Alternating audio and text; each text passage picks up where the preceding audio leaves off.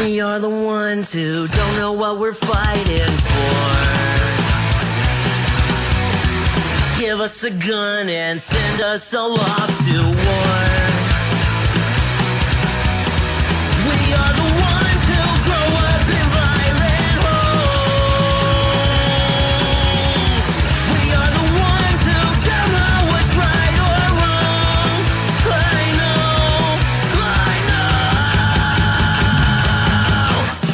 We are the ones. We are the ones. We are the ones who were born into war.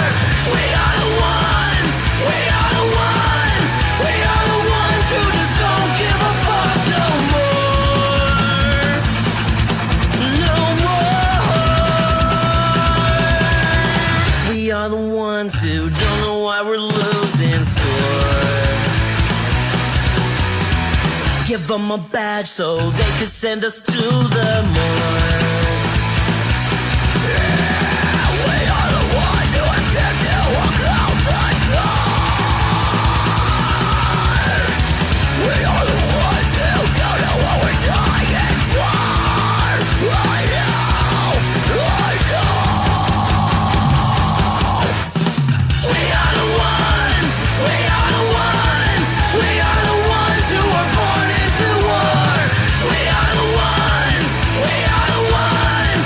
We are the ones who just don't give a fuck now. We are the ones. We are the ones. We are the ones who were born into war. We are the ones. We are the ones. We are the ones who just don't give a fuck no more. No. Get off his fucking neck. Love that makes you know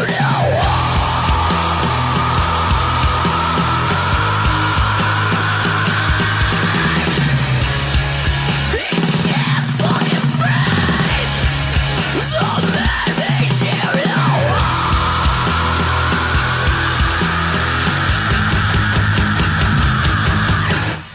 we are the ones. We are the ones. We are the ones who were born into war. We are the ones. We are the ones. We are the ones who just don't give a fuck now. We are the ones. We are the ones. We are the ones who were born into war. We are the ones. We are the ones. We are the ones who just don't give a fuck no more. No.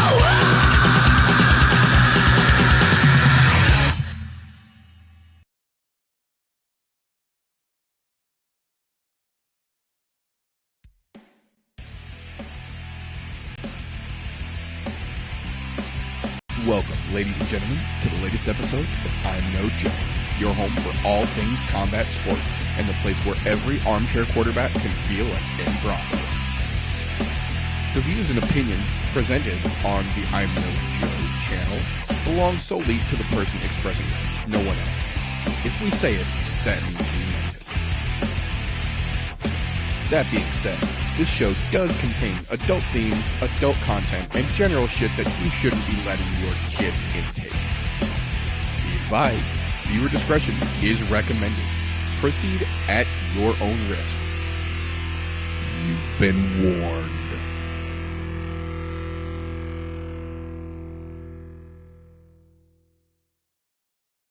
We'll do it live. We'll do it live. We'll do it live. Welcome, ladies and gentlemen, boys and girls, children of appropriate ages, to the latest episode of the I'm No Joe podcast. I am your host with the most. The meter does many things, here to put the penis back in the happiness of holiday spirit.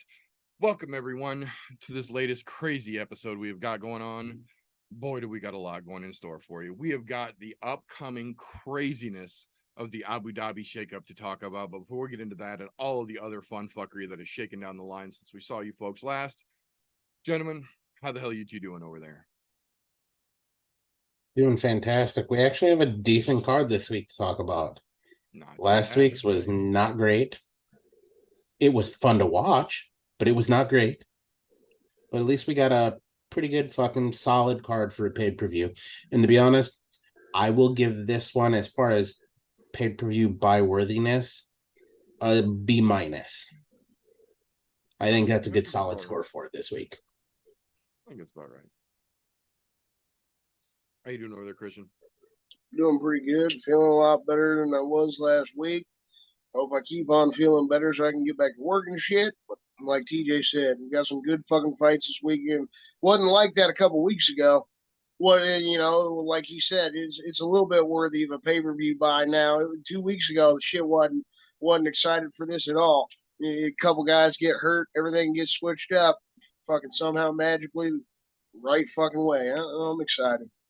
Yeah, I agree. So, with that being said, we will kick things off the way we like to around here with a little bit of news and recent events, fight announcements, interesting things that have happened in the combat sports world, just all the relevant facts I feel that you folks should know that have shaken down the pipeline since we saw you last. So, first thing right off the top here, kind of good and bad news because UFC gonna UFC.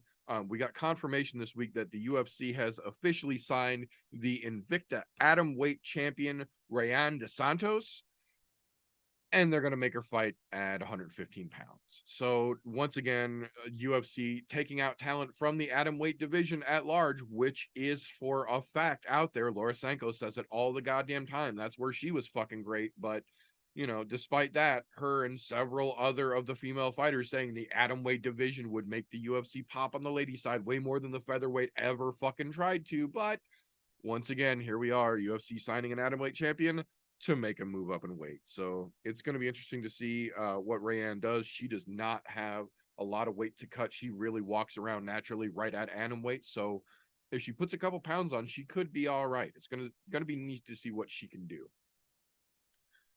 That being said, we got word this week that December 2nd in Salt Lake City will be the BKFC final quote-unquote pay-per-view card of the year.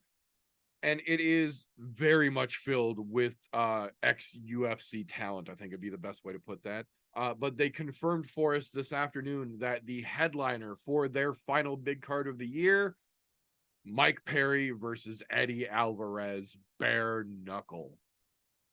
I am not sure how this one is going to play out, but I am absolutely going to watch it because if nothing else, Mike Perry has found a fucking beautiful resurgence of his combat sports career since taking the gloves off and fighting bare knuckle, something that we all kind of knew that he was always destined to fucking do. And to the surprise of very few, he's pretty fucking good at it. The dude's got a solid chin and hard fucking hands, and he puts them to real good work in BKFC. Eddie, on the other hand, has, to put it mildly, been a shadow of his former self since he has left the UFC. So it's going to be interesting to see if he really does still, to quote Eddie himself, have that dog in him once we get a little closer to December.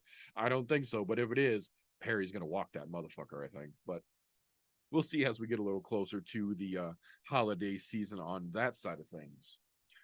We got a triplet of announcements for the UFC's final pay-per-view of the year, UFC 296, which will be going down December 16th from the T-Mobile Arena in Las Vegas. The first one that we've got is probably the one that I like the least for multiple reasons. For one, I don't think this is a great matchup. For two, this is the one that Dana White was going off about either a week ago or 2 weeks ago about the contest that they had where be a matchmaker for a day, and some guy named Joe won it, and they brought him in, and Joe supposedly knows everything about everybody, and Joe apparently put together his first fight so impressively that Dana hired him for the UFC on the spot. Well, now we know what that fight was. It was Cody Garbrandt versus Brian Kelleher. I don't think that fight alone is that great, let alone impressive enough to blow away a guy who's been matchmaking for the UFC for 30 fucking years. So I feel like this is really kind of a washed versus washed situation. It's not that great of a fight, but at least there's a possibility, a realistic possibility that it's a loser leave town match because both those boys are in a rough fucking way right now. And if either one of them get their ass handed to them, this could be the excuse that Dana's looking for to send them down the fucking road. So there's always that possibility. The other two fights that they announced, though, for UFC 296, I am very interested in. The first one Irene Aldana versus Carol Rosa at 135, because the UFC is actively not trying to book ladies featherweight fights anymore, even though this is where both of those ladies previously competed. They are both going to compete at 135 for UFC 296, which I think adds an interesting twist to both of their scenarios or game plans, as it were. But the big fight that they announced just yesterday that I'm very excited to see on 296, Giga Chikadze versus Josh Emmett. That fight is going to be absolutely spectacular, barring any crazy unforeseen injuries between now and then. That is a stylistic matchup that just looks to bear fucking fruit in the combat sports world, in my opinion, and I'm fucking here for it. That being said, flipping the calendar over to the first UFC card of 2024, going down January 13th, as of right now, still location TBD because UFC. Another interesting 135-pound ladies fight, Ketlin Vieira versus Macy Chiasson. Interesting to see Chiasson going up to 135 pounds now that we know Ketlin Vieira essentially doesn't have the option to fight at 145 anymore. She's kind of forced to 35, but to see Chiasson moving up kind of leads me to believe that maybe she was cutting a little bit more weight than we all kind of realized when she was getting down to 125, because she did look good at 125. She looked real good against a lot of real good names at 25. So for her to be jumping up to 135 now could be interesting. And against Ketlin Vieira, who's got just a fucking pit bull rush of a fucking style in her, that could be a very interesting matchup. Good fight, in my opinion, to get those ladies going first thing out of the year. Next couple I've got here are not quite as fun as that, though. We got a whole lot of kind of doom and gloom news coming out of the UFC this week. The first one here, we got confirmation that Walt Harris has officially been suspended for 1 year starting in July of 23. He will be re-eligible as of August 2024 for drostanolone, which is essentially another masking agent for steroids. And this not being his first time getting caught with something suspicious like this, they're giving him the full year. So we knew it wasn't going to be good because we knew earlier that he had gotten popped. We just didn't know what it was for and how it was going to end up. Well, now we do. Walt's sitting on the bench for a fucking year. Best case scenario, he gets to come back in August. With the, that doesn't make you wonder, though, with the change going from USADA to that new, are they just going to cut everybody's suspension right at the beginning because it's a different fucking tester? I'm actually getting ready to talk about that exact thing here in this very next thing that I'm going about here. So the next one that we got right after Walt Harris actually led me directly to believe what TJ was just mentioning there might be the thing, because we talked last week about how USADA is out as of the end of 2023, and starting in 2024, Drug Free Sports International will be handling all of the collecting and the testing for the UFC.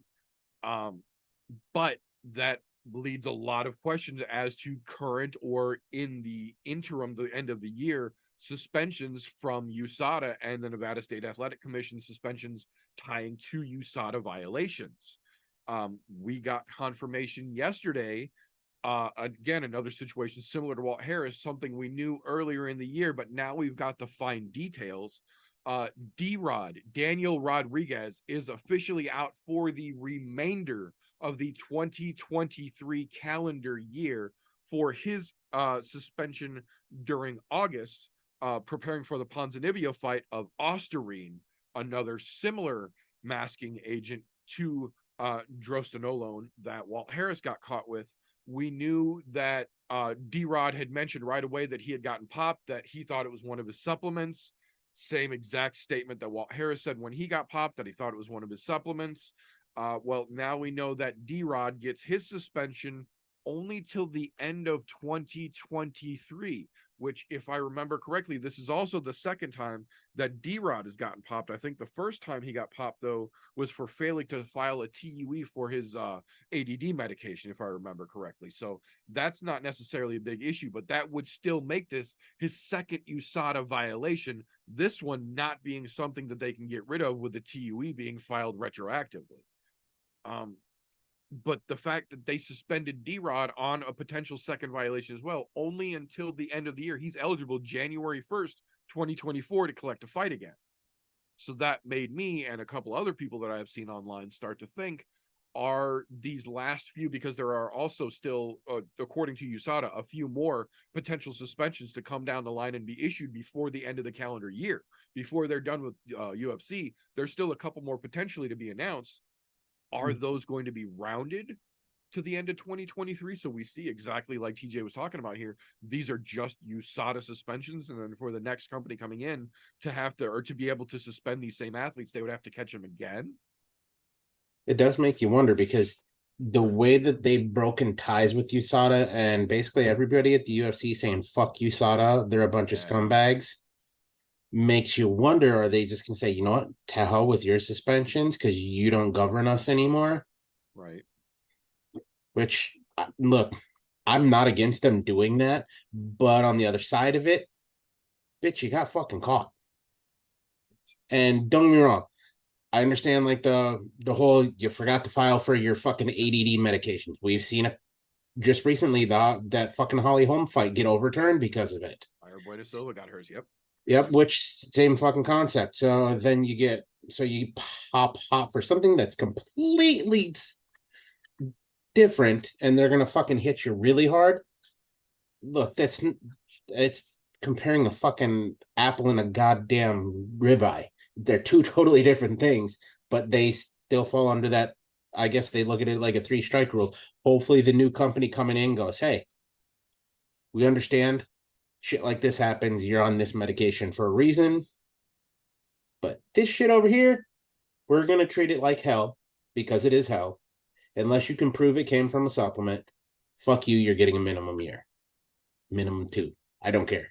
Yep. Treat them like cheaters if they're cheaters. If they can prove they weren't and it came from a tainted supplement, by all means, let them fucking go. Don't even give them a suspension. Because you know what? Look, because you buy a shoddy supplement, or because that's what you thought was your favorite supplement, or you enjoyed the taste or whatever, you can't blame a guy for wanting to get his own fucking supplements, even though the UFC does provide them to all fighters on the roster. That doesn't mean you have to use their choice in supplements. We've seen a couple different people now using their own supplements in that exact situation, have a potential pop come up and then get their supplements tested, be verified and vindicated, and then not have to serve a suspension.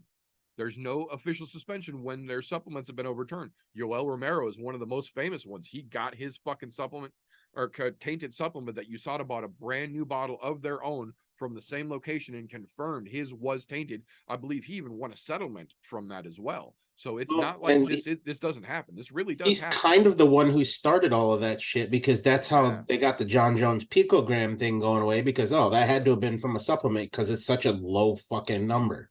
Yep.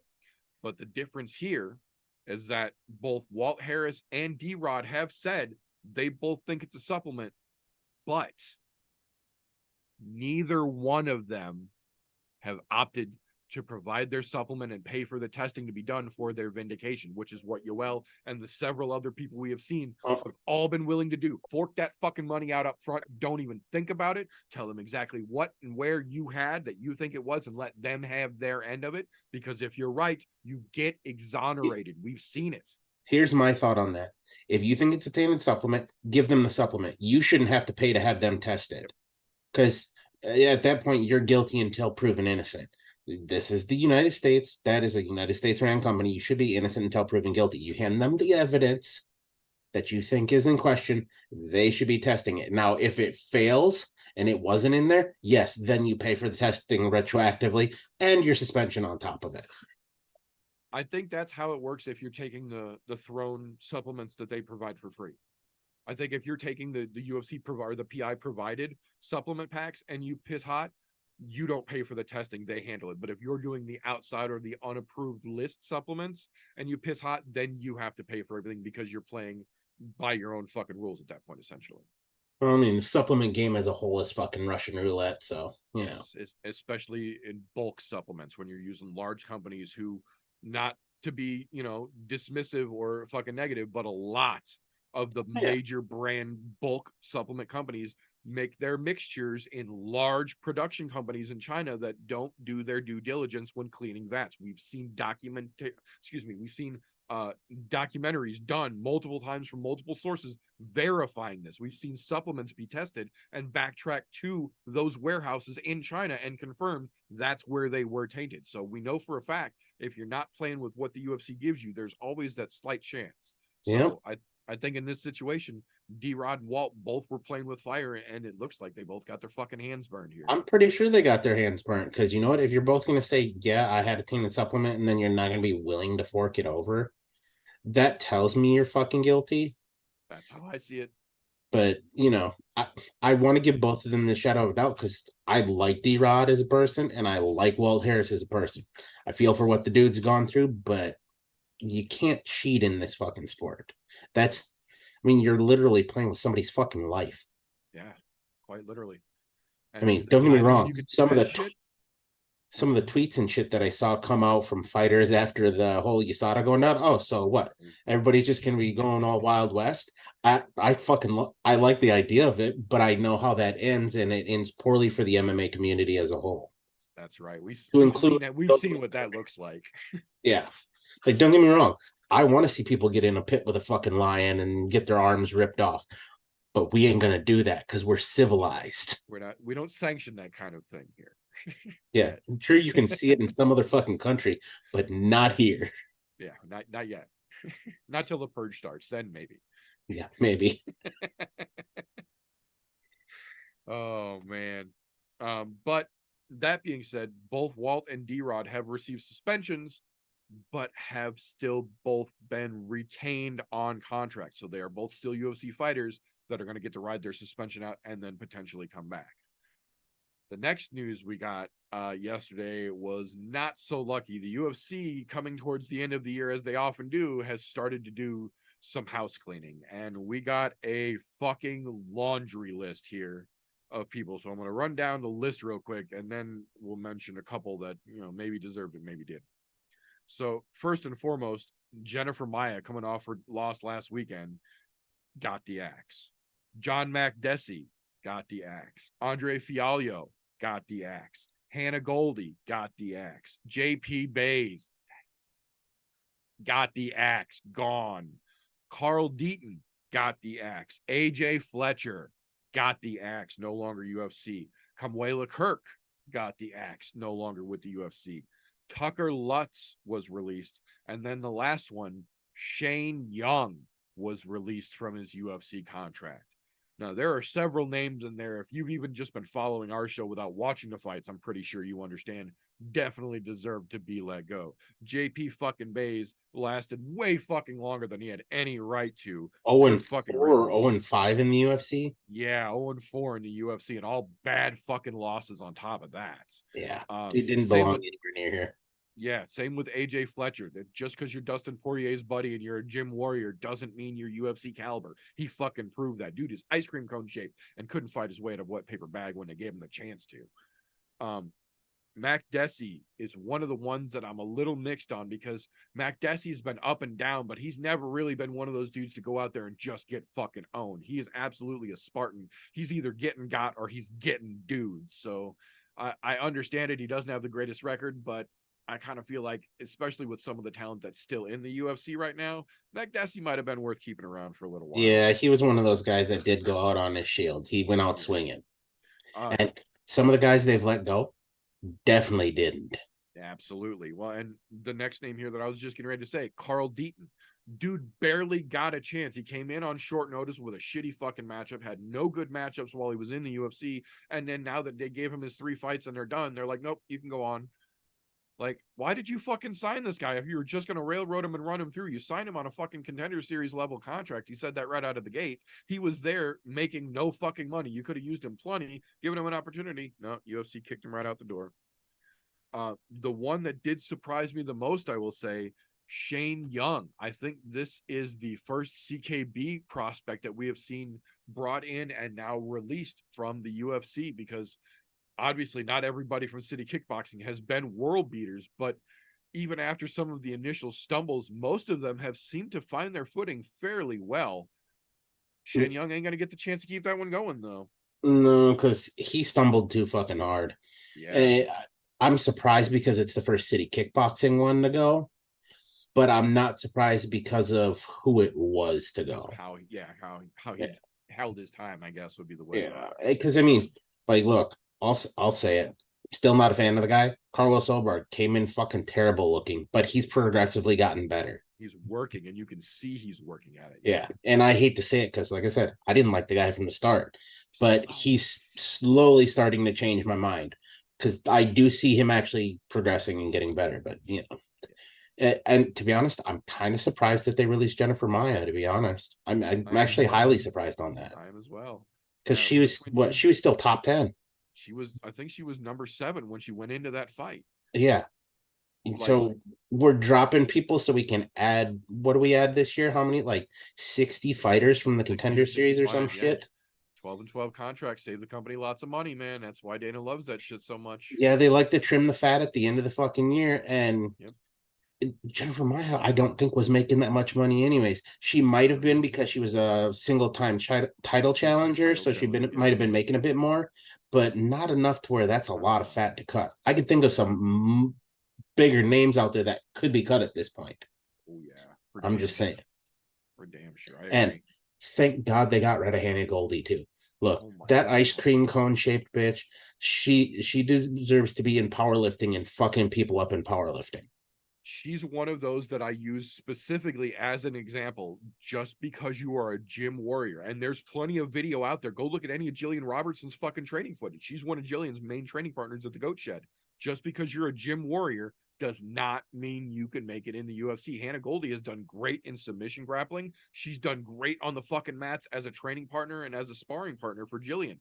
But she just has never had that level of UFC actual fightability, and it showed every fucking time she stepped in the octagon, man.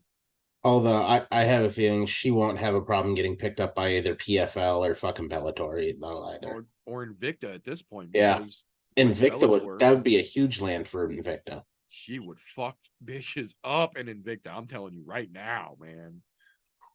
That's if she. And who knows? Maybe that's what she needs in order to get herself back on track and back to the UFC.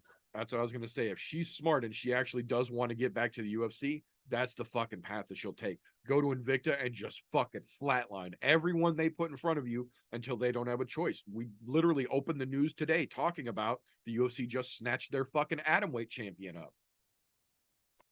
Invicta's where the UFC goes primarily for lady fighters. So if Hannah goes back to Invicta and goes and crushes some fucking cans, she can get herself back. But she's got to do the work, man. So we'll see. But that will bring us to the last piece I've got here for this week, and kind of the biggest, really. We got confirmation directly from the source this week that after 37 years in the industry, as of December 31st, 2023, Showtime Sports is officially closing shop completely. They're getting completely out of the sports broadcasting business. They're getting completely out of the sports media business. They're closing Showtime Boxing. They are closing all Showtime broadcasts in retainments to fighting or boxing or any type of combat sports. Showtime Sports is officially done as of the end of 2023. This, we found out, is why the major network Paramount, the parent company of Showtime and Bellator, had been shopping Bellator around early in the year, because they knew that come the end of the year that they were making the announcement and they were closing Showtime Sports. The interesting thing about it is that now that we know why and for certain that Bellator is absolutely up for sale, Ray Sefo and the PFL have announced that they might not be interested after all, that they might just wait for PFL to go under after not being sold, and then scoop up all that free talent and incorporate some type of regular style fighting like Bellator does under the PFL banner without having to actually purchase them, which now that we know Showtime Sports and Paramount Plus are getting out of the fight business at the end of the year, that's a realistic possibility, because we already know Dana's made it blatantly fucking clear. He has zero interest in Bellator or anyone that is in Bellator. He wants none of the fighters. He wants none of the footage, none of the libraries. He doesn't want any of that shit. He said he wishes the best to whoever gets it. Ray Seppo might actually be making a smart move here and just letting them get officially hung out to dry and then scooping everything up with a net once it's cheap. You know, the only problem I have with that is I don't want to see Bellator go under. And not because they have the best talent in the world. They have some good talent over there. Yes, they do. They have some really good talent in some areas. But on the other side of that, yes, the UFC is the main attraction when it comes to MMA. But without pushes from Bellator and PFL, there's no fucking push to get the better fighters and watch people fight for pay. And unfortunately, that's going to fuck a lot of people, especially getting to the UFC where they're like, oh, well, you don't have other options. Fuck you. Where are you going to go? Because Bellator's not going to pay you now because they're going under. Fucking PFL, you got a chance at $1 million once a year. Good fucking luck. Yep.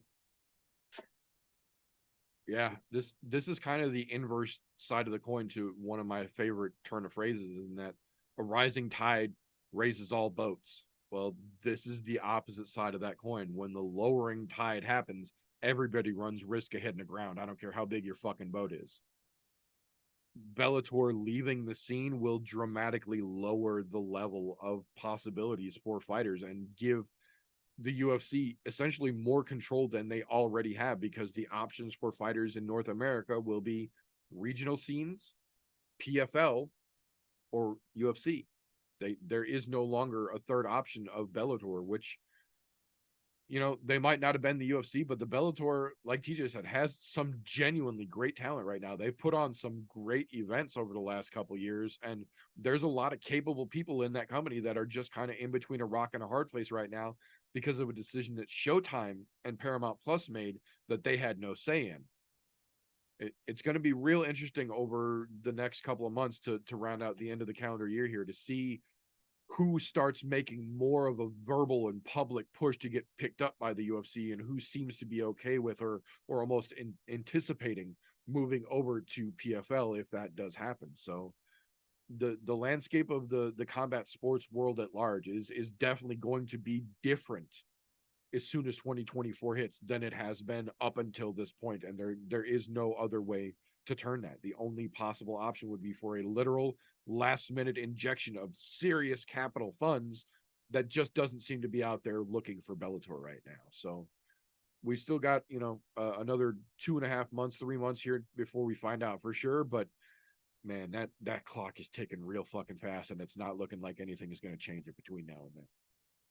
So we'll see how things play out as we get a little closer to the end of the year. But it really does seem like this is the end for Bellator, that the 301 event next month in Chicago is going to be the final ever Bellator event. So we'll see how we do as we get a little closer to that. But that being said, the only other thing that I have got in news this week is the same thing that I end every news segment with, and that is, once again, we have made it another full calendar week without Dana White having to face any real-world repercussions for slapping his wife on New Year's Eve down in Cabo San Lucas. We are now almost one full calendar year from that happening, and the furthest he has had to deal with anything close to an actual repercussion is him stating that he has to live with the knowledge that it happened. And no, Dana, that is not punishment enough, you motherfucker. Yours will come.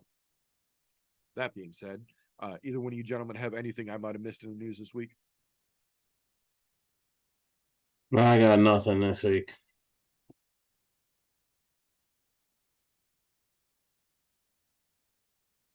I as well have no news. I think you covered all the big shit. Right. Well, that being said, normally this would be the point where our new guy would come on and give us a flip-floppity preview of some fight or fights this weekend coming up that he thought he knew about, and then turns out he didn't once he looked a little bit more into. Unfortunately for us, he is not here this weekend. As we say, life happens, so hopefully we will catch him when we come back in a couple weeks, because we are on a break after this week until the Sao Paulo card coming up the weekend or the week after Halloween there. That being said, though, that will bring us to the point in the show where if you've been watching combat sports as long as some of us have, you kind of know what you like, when you like it to come on, or when it comes on, right? When what you like comes on, and where you watch what you like, and you kind of tend to develop a set of blinders, as it were, that kind of clue you into what you're watching. You lose the forest for the tree, as it were, sometimes. Luckily for us here on the show, we have ourselves a bona fide young person that's able to just finger the pulse of the MMA combat sports world ever so delicately and keep us abreast of all the names that are going to be names before they are names, and the folks that you need to watch before they're folks to watch, in a little segment we call Slow's Cans and Contenders. Appreciate you, brother. Well, I'm going to start off with the shit that you don't need to watch this weekend. You know, the absolute fucking cans. It is a pretty good card we got for this fucking pay-per-view, but it was pretty easy to find a lot of cans, just like it's easy to find some good contenders this weekend.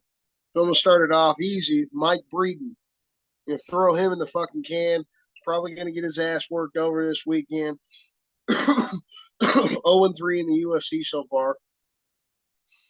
The kid came in looking decent, I guess, you know, with 10-3 record and 8 finishes, all of them by knockout TKO. But when you're 34 years old and you lose your first 3 fights in the UFC, just not a good look. And he's facing a really tough test that I'm going to throw in the contender spot this weekend. You got a fight I'm lumping in together. We got to throw in the trash this weekend. Abu Azaitar versus Cedricus Dumas. Now, I will give Dumas the respect, and I think this kid is young and a decent fighter. He's got finishing ability, but that's all I'm going to give him. I think he's a shitty person. We talked about it before in his last fight. You know, after he came off the Contender Series, I was excited about this kid. And then right after that comes out that he's beating on his girlfriend and shit. We don't fuck around with that. You think you can lay your hands on women, you might as well burn in hell. So I'm never going to support that kid. I'm never going to throw him in the contender spot. I don't give a fuck if he gets a title shot later on down the road in his career. He's young. Give him the respect. He's talented at fighting. And he'll probably get a win this weekend. But this fight's getting thrown in the shitter because he's a shitty fucking person. And it's not impressive to beat a 37-year-old who's fought in the UFC twice and looked like shit himself. So we're throwing that in the fucking trash. Got to be absolutely honest with him. Orly Alves, he's what you would consider a veteran, and I'll give him his respect too. He's a tough dude in all respect, but he's been a back-and-forth fighter his whole career. You got to throw him in the can. He's on that older side of things, and he's going to get absolutely dominated. Respect to him for taking a short notice fight, too, against a really tough kid, Ikram Alexarov. But Alexarov is one of those kids I'm throwing in the contender spot as well. He's got a tough fucking weekend ahead of him. You know, you give him the respect. You know, he's a veteran, and he's taking a short notice fight. But, you know, you're on the back end of the career. We got to throw him in the can. You got another dude, same kind of boat, right? He's what you call a veteran in MMA, even though he's only had a few fights in the UFC. But he's not very talented. The dude's on that older side. You got to throw him in the can. Victor Henry. Probably as well think he's going to get worked over this weekend. I'm really excited about Javid Basharat as well. And Victor Henry's just going to get dominated. Even if he's won a couple fights in the UFC, dude's 36 years old, and those couple of wins he's got are by decision. There's just nothing too exciting about the guy. And then I got another lumping, a fight we're throwing in the can. All of these guys are what you consider contenders in the light heavyweight spot, but I think the fight is going to be an absolute fucking snoozer. There's no point in wasting your time with it. And it's an absolute fucking joke that they put it in the people's main event. Magomed Ankalaev versus Johnny Walker. Can't stand Johnny Walker. Really is a dude. I've never liked him. I've never liked his personality. He's got the ability to get finishes and shit. He can be exciting at points in time. But do I want him to be next in line for the fucking title? We're next month we're getting Pereira versus fucking Prohashka. And we know Jamal Hill's still going to be on the shelf for a while. The winner of this fight's probably going to be next in line. I don't like Ankalaev either, but I think that dude's fucking making a hell of a lot more exciting fight against Pereira or Prohashka than Johnny Walker is. But in general, Ankalaev is probably going to win this fight. He's just a boring fighter. I think he's going to have that speed advantage, even though Walker is athletic as hell. We've seen in the past couple fights that Ankalaev's had, he really had a speed advantage over Anthony Smith, and he looked a lot faster than Jan Blachowicz. I think that's going to be his biggest advantage. He's got good speed. The dude just doesn't like to actually strike a lot. He's very measured. and just sits there and try to use his technique, it's going to probably just get a boring decision win. I just don't feel like it's a good fight. For contenders in the top of that division, it's not going to be an exciting fight, in my opinion. So I'm throwing that in the can. For contenders, though, shit that we're excited about, touched on him earlier, is talking about Mike Breeden going in the can. Anshul Jubilee. I'm excited for this kid. Not a ton of finishes. He's only got a few finishes in his career, but those finishes have been coming in his last few fights as he's getting tougher competition. He went through that UFC road to the finals that Dana White did last year with some of those Middle Eastern fighters and shit. He is an Indian prospect. That's what I'm excited. This kid is 7-0, does have some finishing ability, getting those finishes in that road to the UFC shit. Made his technical debut at the end of that in the finale, and now he's fighting Mike Breeden. So this is going to probably look good for this kid. He's got a good potential to get another finish. 8-0, and he'll be 28 years old, and the first Indian prospect we've got for the UFC. That's the biggest thing I'm excited for. Get another country involved in this, Then obviously touched on Javid Basharat, another Middle Eastern guy. I think he's the better of the two Basharat brothers. He's 28 years old, 14-0, 11 finishes of the 14 wins. The only thing that I'd like to see from Basharat, especially this weekend fighting Victor Henry, he needs a finish. Because ever since he's been to the UFC, those finishes have stopped. It's just been decisions. Once you get to the tougher competition and those finishes aren't there, I want to see some breakthrough here to really be more excited about this kid and his potential after the fact. But undefeated, a lot of finishes before getting to the UFC, really young. So we're still excited for him. Ikram Elixirov, excited as hell for this kid too. 14-1, a shit ton of finishes as well, all of them by knockout TKO. This kid's exciting as hell. Came out in spectacular fashion in his debut, knocking out Phil Hawes, getting a first-round submission on the Contender Series before that. And then, like I said, Worley Alves on the back end of his career. He's probably going to look pretty damn good again. I'm looking forward to Nate Wood as well. I think this kid's got some potential. Muhammadjian Naimov, the kid that he's fighting, came out knocking out Jamie Malarkey in his debut. So, some impressive shit there. Malarkey's always been a game and tough fucking dude. So for his second fight in the UFC to go against Nate Wood, you kind of got to lump this fight together, in my opinion. Naimov could really show something after knocking out Malarkey, go out there beat Nate Wood. But I still think Nate Wood gets it done. He's been knocking on the door of that top 15 in the featherweight division. I think the kid's really talented. He's still really young, 7-2 in the UFC. Won 3 fights in a row. There's the biggest thing you can say about Nate Wood, probably the same thing I said with Basharat. He needs to get those finishes. Last few fights have been by decision. Start lumping some finishes together. It's what's really going to shoot him up into the ranks. I'm looking forward to Trevor Peek. I think Trevor Peek's going to make a big bounce back this weekend. He won every single fight by knockout in the first or second round of his career. Had his first loss in his last fight against Jose Mariscal. And I think the biggest thing with that, he just showed he needed to work on his cardio. He's really young. The dude was really overconfident, perhaps. He gassed out in that fight. He wasn't really ready for a war, in my opinion. He thought he was going to get it done quick. And once he fucking met a tough dude and he couldn't get out of there quick, he gassed out. So if he really worked on his defense and that cardio, I think he's going to bounce back big. Fighting a guy in Muhammad Yaha, who I have no idea. Couldn't figure out this kid's age. No idea what this kid's age is, but he's 12-3. He's got 9 finishes, 7 of them by knockout TKO, making his UFC debut. He's won 5 fights in a row in the UAE Warriors fucking promotion. So it's not like this kid's been fighting shitty competition. Oh yeah, I'm lumping the fights together in the promotion here too. You're asking his age, 29. Oh, you found his age. Oh, cool. But yeah, he may have more fights in a row. I thought you were putting up like he's had more fights in a row. All I know is that he's had the 5 in a row at UAE Warriors. I thought that was impressive. It's a decent promotion. But it's cool you found his fucking age. I can't stand that whenever we get debuting fucking guys and it's hard to find their age or their reach or whatever. It's fucking always weird when you get some of these fucking How hard is it to find outside fighters. How hard is it to find a picture of somebody who's actually fought in a professional promotion? Really? Why do we still have the unlockable character screen on the UFC website?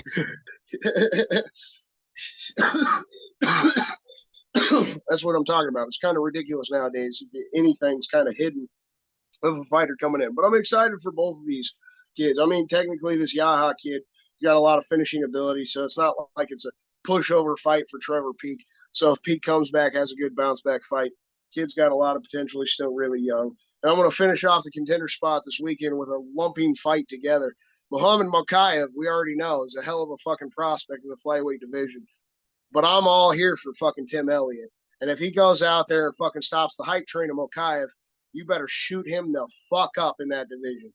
He has always been there. He's always been game. You could say he's a back and forth fighter, but I like to lump him in that get or get got. Because almost every fight Tim Elliott's fucking been in, he's been in against some really tough motherfuckers. He always is in there. He's always competitive, makes the shit exciting.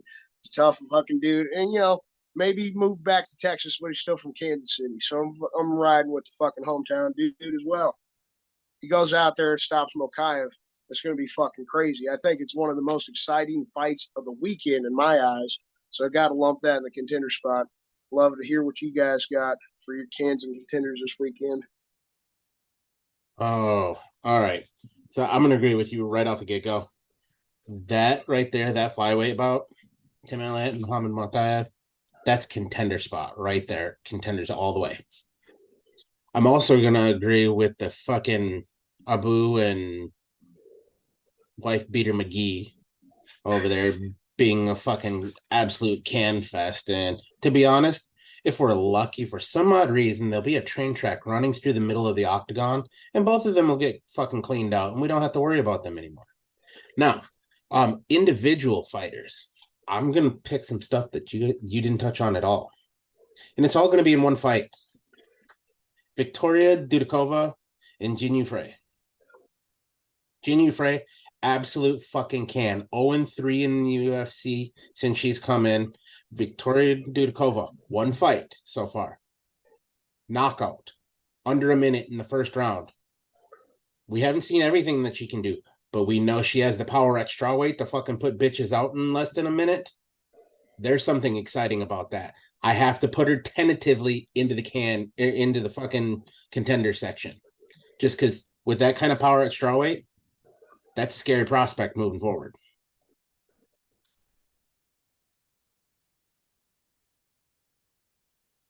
So yeah, that one, you got a little bit of both in that fight, which is makes it worth it. But to be honest, I'm surprised when they did do the chopping block, Jin Frey didn't get chopped, but that's probably because she already had a fight booked. Then I think, yeah, that People's Co-Main event, not looking forward to it. I mean, I want to watch Johnny Walker's shoulder get blown out, but not from him doing the fucking worm. That's all I'm saying.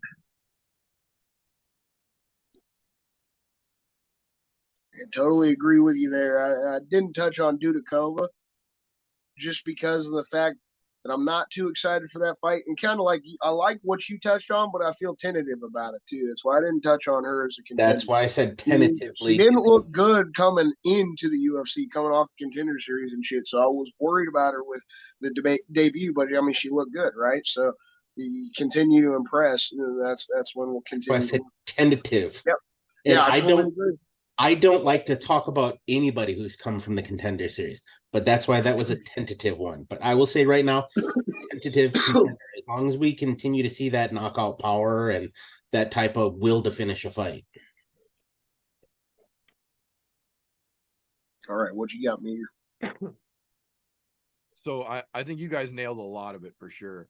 One of the few things that I actually am genuinely looking forward to is both the people or the premier prelim fight, Tim Elliott versus Mokaev. Both of those dudes have been just tearing their fucking way through. So whoever wins this fight, either way it goes, is gonna get a rocket strapped to their asshole, and I'm here to fucking watch it. I almost wish they would have put that on the main card itself, but I get that you want an exciting fight to get people tuned in. That's gonna be that fucking fight.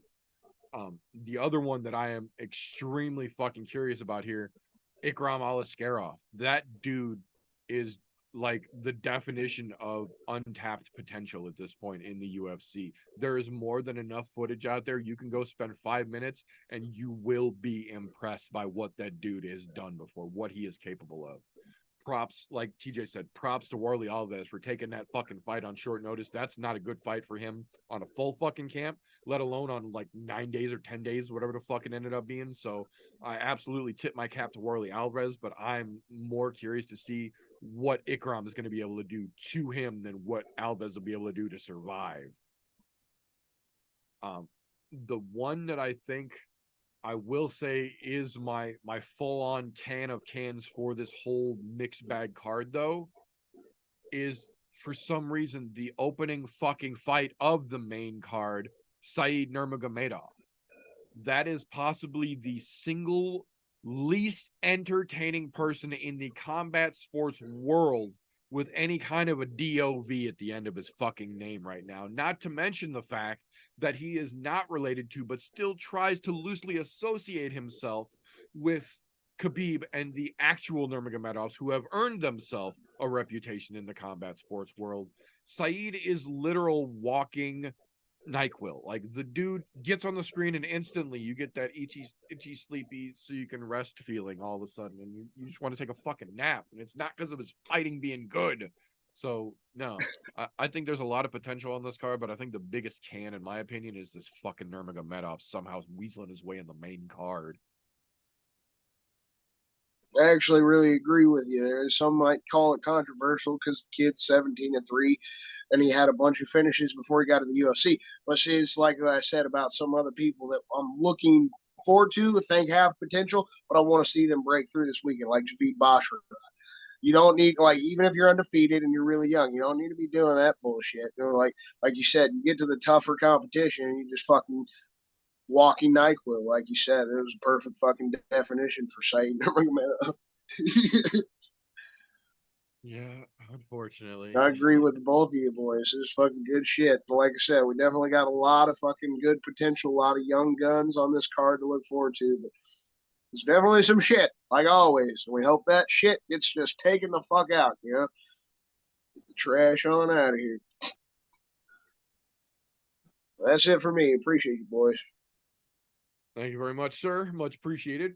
Excuse me. So this will bring us to the point where in most podcasts, you'd be getting some B-roll fucking ad for some bullshit product that no one on the show actually fucking uses, and they don't actually give a fuck about the podcast they're sponsoring. They just want to get their fucking name out there, and we don't fucking play like that. This podcast is brought to you by sponsors just like you. Patreon.com/IamNoJoe. For as little as $1 a month, you can get your name at the end of every broadcast on this channel as a thank you for helping us do what we do, as well as unfettered and unrestricted access to literally unairable content, things that are so fucking crazy behind the scenes we can't put them out publicly, but you get them as a thank you for helping us do what we do. On the other side of things, if you don't got a buck to spare, we understand it. YouTube.com/IamNoJoe. Pretty much every Thursday there is something to talk about. We are here 9:30-ish Central Standard Time. You can catch us live, and if not, the week after at anchor.fm/IamNoJoe. We put the same podcast up in all audio format for your podcast consumption of choice. We appreciate you either way. That being said, this brings us to the point in the show where the only segment that requires its own disclaimer is coming up. So one moment, if you will. me. Tapology.com does not in any way, shape, form, sponsor, support, or endorse the I'm No Joe podcast. Yet. That being said, Tapology.com does give you the option to go on their site, create a free account, and make fantasy-style fight picks just like we do here on the show. They even let you make groups on the site. So we did that. We made a group. It's called I'm No Bookie. All one word, no spaces, or Group 965, however you need to search for it. It is open to the public. You are more than welcome to come on, make yourself an account, join the group, and get your picks held accountable with ours in a little segment that we like to call Tapology with TJ. Welcome back, motherfuckers. Took last week off because I had shit going on Friday since we didn't have a Thursday show. Shit happens. Life happens. Here we are now. So, I'm sure they told you about the quadruple dick jump of doom the previous week, so we're not going to cover that. We're going to go right into this week's.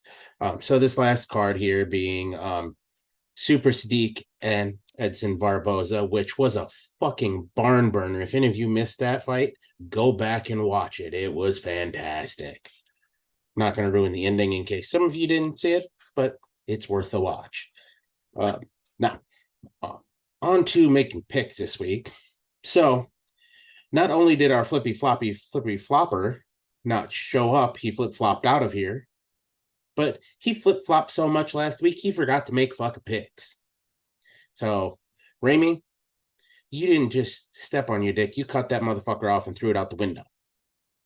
Now, for those of us who actually did make picks, though, old Vindog Booty Hog went from being at the top of the pile the last couple of weeks all the way down to the bottom. And I say bottom loosely because, well, he's not the one who cut his dick off and threw it out the window. So Vindog gets an honorable mention along with Christian. I think those fuckers were cheating off of each other's homework because the only difference in there was one perfect pick. So there must have been something going on there in the brotherhood there. That's all I'm saying. Something going on is I got his ass sick, man. That's all I can say. He just fucking didn't have the time last week to try to put in work, do any notes.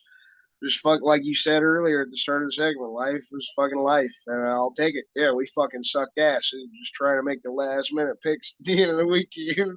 Hey, I'm glad you got him in because at least you're not fucking Ramie. Yeah, we still tried. Like I said, we were fucking sick. You guys gave it hell. Ramie said, "Nope, I'm fucking done. I'm out. I'm just gonna take my ass whipping this week." All right, that's fine, Ramie. You sit down when you pee from now on. Now, at the top of the heap here, there was quite the fucking run towards the top of the heap here. Old Meter and myself here, we had a little dueling session there towards the fucking top. But I fucking squeaked it out this week. And I say I squeaked it out, I got him by fucking 85 points. When I say squeaked out, I mean, it was literally one more correct pick, 9 of 11, and I had one perfect that he didn't have, and he had a semi-perfect that I didn't have. So a couple of missteps, either one of us could have been taking the fucking prize. Although I will say Maya fucked me because I really thought Maya was going to win that fight. And then she probably wouldn't have gotten cut. Well, actually, she probably would have anyways because, you know, the UFC is going to UFC. But either way, I'll take the top spot there at 9 of 11, correct, 600 points. And I was 160th out of the, I think it was like 4,000 people that made picks. And I say 4,000, it was more than 4,000, but I say 4,000-ish that made a full card of picks. I was going to say, there's like 4,300 total on the site that picked for that one that made full card picks. But yeah, you were in the fucking top 200 for sure. I was so fucking mad because I was on par. I was 5 for 5 coming in. And they were all perfects. I called decision, first round knockout, decision, fucking, and they were all fucking perfect. And we get to fucking Maya. And she just fucking screwed the pooch, and that fucked the rest. That fucked up one other fucking fight after that. So, you know, here we are. But you know what? Take it. Not a bad week. God knows I'm probably not going to do that well this week because I have a lot of shit going on this week. We have a chili cook-off going on at my house and some other shit. So my mind is not fully in the MMA mindset this week. I'm not gonna lie. I will be watching though, because I'm taking that TV outside, putting it under my gazebo. I'm gonna be watching from the chili cook-off, drinking whiskey outside and eating chili. It's gonna be a good time. A little chilly, but that's all right. So now, if you have not yet, or you're wondering what we're talking about right here, join the group. Go over to Tapology.com. Find the group. It's I'm No Bookie or Group 965. Doesn't matter which way you find it. Send an invite. Say, I want to join. We will automatically put you in. Let us know who you are. So that way we can pat you on the back when you do good. Or talk about you cutting your dick off and throwing it out the window when you do horribly or forget to make your picks. Now, there are some people who in the previous past were doing all of their picks. They didn't just throw their dick off. They like threw themselves off the Empire State Building because they just don't make picks anymore. I don't remember all of their names because, well, you know, people come, people go. But if you're a regular, know that you will get picked on or you will get a attaboy pat on the back. One of the two. So join the group. I'm No Bookie group on Group 965 on Tapology.com. So with all of that being said there, we're going to move on to the odds here for 294. And with the craziness shakeups in the last 2 weeks, the odds have gone a little fucking a little haywire. And I don't mean that there's anything fucking absolutely world breaking with the way that the odds have played out, but some of them are a little wider than you would think. So I'm gonna start straight from right here. We're gonna go co-main event first. Usman coming in short notice, 2 weeks against Hamzat. They have Hamzat as a minus 350 over the former champion Usman at a plus 260 underdog. I think the odds are a little wider than they should be there. Namely because you have a former champ who is a fucking great wrestler. Yes, Hamzat can fucking wrestle, but we also seen what Usman did to the guy that made fucking Hamzat go the fucking mile. So MMA math doesn't always play out there, but I'm just saying it's a thing. The biggest thing that surprises me with those odds is the toughest test we saw Hamzat have against Gilbert Burns. He almost lost the fight. Exactly. And the only other fight that he's had since then, he just went through Kevin Holland in that fucked up switch up from him missing weight. And the dude hasn't fought for over a year, and then you're going to give him that kind of fucking favorite? That's so fucked up. You look what Kamaru did to his opponent. I'm just saying, he beat the brakes off of him. So MMA math can play out that way sometimes. But I think Kamaru coming in on 2 weeks, the odds might be right where Hamzat should be the favorite. But I can't 100% agree with that. I think it's more of a coin flip. So you take your choices there. Still a fight I'm all in for. I'm here to watch it. It's going to be a bang. Since we're at the top of the card, let's do the other top of the card here. Short notice. Alexander Volkanovski and Islam Makhachev, the main event. Now, Volk coming in as a plus 200 underdog. Makhachev a minus 250. He's beat Volk once, so I can understand him being the fucking favorite there. To be honest, that fight was a lot closer than everybody thinks it was. It was definitely way closer than fucking Team Khabib thinks it fucking was. So I think that's more of a coin flip. The plus 200 minus 250 thing I don't agree with. Should be more of a coin flip. And the way Volk is feeling this week, just from watching Embedded, I'd say early knockout is a possibility. He sounds like he's fucking raring and ready to go. I ain't mad at it. We're going to keep on moving down here because there are some crazy fucking odds as we get a little farther down this. And these odds, for the most part, they're not all coin flips like we've seen recently. Some of them get pretty fucking wild, so I'm going to keep going here. Johnny Walker and Ankalaev. No, I'm not calling it that. Just Johnny Walker and Ankalaev. We're not calling that spot. No. And rightfully so, as we all discussed earlier. Ankalaev, a minus 350 favorite over a plus 275 in Johnny Walker. Makes sense. Moving on. Ikram Alexerov and Warley Alves. Here's one of our wide odds. Ikram at a minus 650 favorite over a plus 475 Warley Alvarez. So they're not giving that fucking veteran a snowball's chance in hell. And Warley Alves has been in some fucking wars, so he knows how to deal in those bad situations. I'm going to skip the next one because nobody gives a fuck about Saeed. But the real people's co-main event, which is actually the premier prelim in Muhammad Mokaev and Tim Elliott. They have Mokaev coming in as a minus 400 favorite over a plus 300 underdog in Tim Elliott. Those odds, I think, are a little off, but that is also partly due to the hype train that Mokaev has behind him right now, and rightfully so. The man's been beating the brakes off of people, but Tim Elliott is a fucking wild card. I don't know if I'm a Vegas odds maker that I'm making those. Just saying, Tim Elliott's not a bad bet here at a plus 300. And we're going to skip over the Trevor Peak fight because they've got that as just a coin flip. And then here's one that was talked about earlier by Christian. The Javid Bashrat and Victor Henry. They have Bashrat coming in as a minus 600 favorite over Victor Henry at a plus 425 underdog. Yeah, that's what I was saying. We are gonna skip over the bullshit card or the bullshit fight that everybody knows is just another case of Voldemort in the piece of shit. And we're gonna come into Jubilee, our fucking resident new Indian fighter. Jubilee and Mike Breeden. They've got Jubilee coming in as a fucking favorite in this. Just fucking amazing. Minus 275 favorite.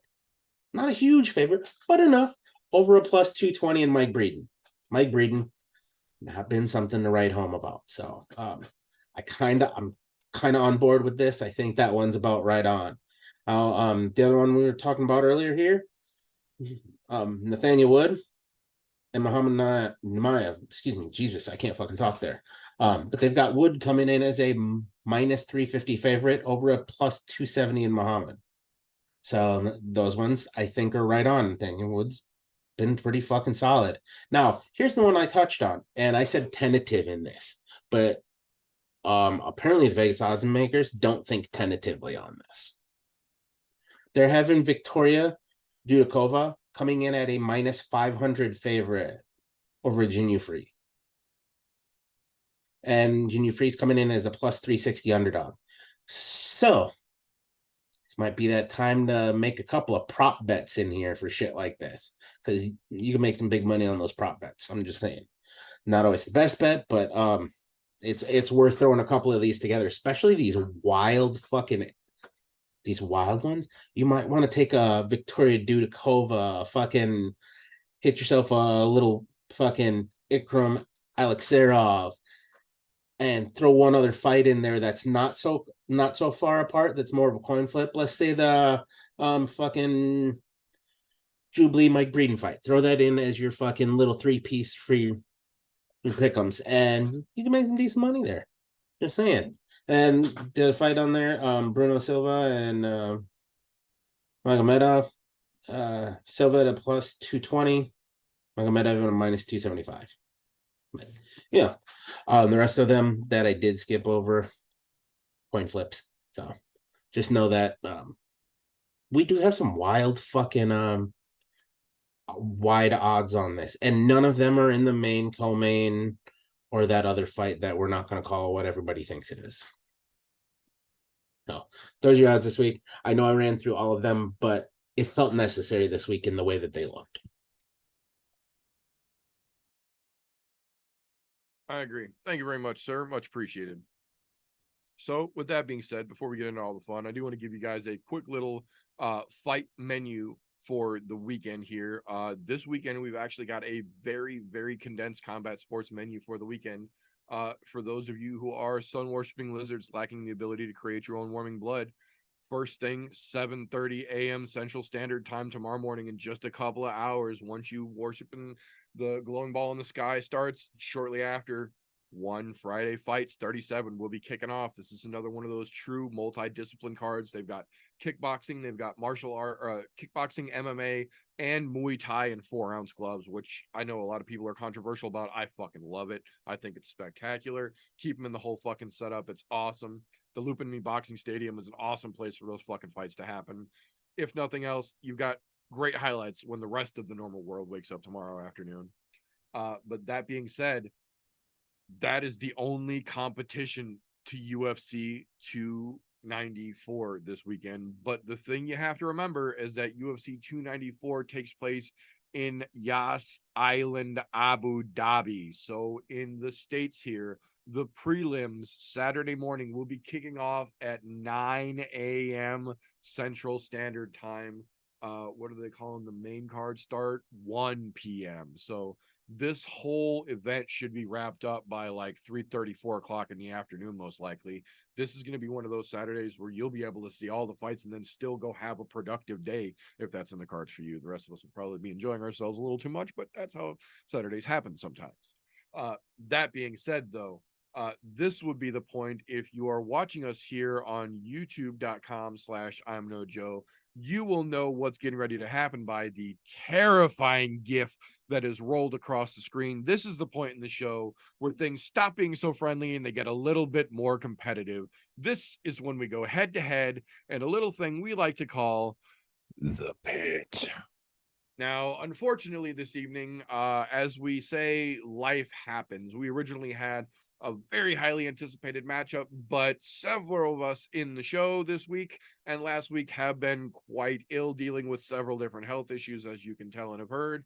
So we don't get the matchup that we anticipated. But here on the I'm No Joe show, bumps are nothing to stop us. We are quite used to things fucking up, and we roll with the punches. So, not to be left high and dry, we're going to bring you folks an on the fly, literal 10-minute notice matchup. Before the show started this evening, we had a full change up. So much like Abu Dhabi this weekend, the pit matchup tonight is not what was originally advertised, but god damn it, the show must go on. So we're here for it just the same. Originally, we were going to have a neat one, but I think we're going to have a good one just the same. So this evening, instead of the previously scheduled pit match, Christian and I are going head to fucking head. We're putting Golf T in the fucking judge's seat. We're doing it. We're doing it. All right. Golf T, you ready to take hold of this fucking wheel and run it? You just called me Mills Lane tonight. Let's get it on. All right. So, boys, with the fuckery that is afoot here, being as this came about short notice and Christian was the last one in the room, I'm going to give you prerogative. Do you want to go first or second, Christian? I'll go first. I'll start it off. All right. Well, Christian's going to be our go-to guy here, which that may or may not play out in his favor. We'll see here at the end of the night. So, start with here. Of all the cards that are on fight, we know that there is always one card that is just an absolute stink fest. A shit show, one you don't want to even be part of on here, and getting way more fucking media attention than it deserves. Which fight is that for you? Well, we've touched on a few fights, some of them that are in the wrong kind of placement, like a couple of those main event fucking fights, but I'm going to go with the biggest what the fuck in my eyes, that Rodriguez Dumas versus Abu Azaitar fight. Even if it's on the prelims, which is where it should be, it shouldn't be on the fucking card at all. These guys shouldn't be in the UFC. I wish the UFC had enough fucking balls to just kind of make that declaration that if you put your hands on a woman, you don't get to be in this organization. But, as I fucking say that, like we've been talking about all fucking year, the dude that runs the goddamn organization is completely fine with putting his fucking hands on a woman. Oh, it's too obvious. It's too easy. What the fuck fight, old dude fighting a piece of shit. Nobody really wants to fucking see this. Nobody needs to waste their time on this more than any other fight in this card. This is the one to fucking go jack off, go grab yourself some weed, drinks, whatever the hell you need to do. You need a break? Use this 15 minutes with Dumas and a Zaitar, dumb fucking it around. Because every other fight might actually turn out to be interesting. This one sure as hell ain't going to be. I can agree with that 100%. I think the only way that makes that fight interesting is if we see a Zaitar put fucking Dumas over his knee, pull his pants down, and spank him right in the middle of the fucking goddamn octagon for being a piece of shit and beating a woman. At least Abu's old ass fucking has enough respect not to beat women that we know of. Granted, there's in Morocco, so things are a little bit different there. We don't know what goes on in his personal life, but it hasn't come to light. So at this point, I have to give him the benefit of the doubt, and he has all the more reason to whip Dumas's ass, spank the fuck out of him, pull his shorts back up, send him back to his corner, and then go ahead and beat his ass later. That's the only way it plays out for me, but I like your choice, though. It is a shit fucking card. Shouldn't be on here. Oh, across the proverbial wooden table that we have here, Meter, when it comes to you, all the fights that are sitting here looking like a giant pile of steaming dog shit that probably shouldn't be here and probably gotten a little more media attention than they should. Which one's that one where you're telling somebody to go do something else? Go beat off or whatever.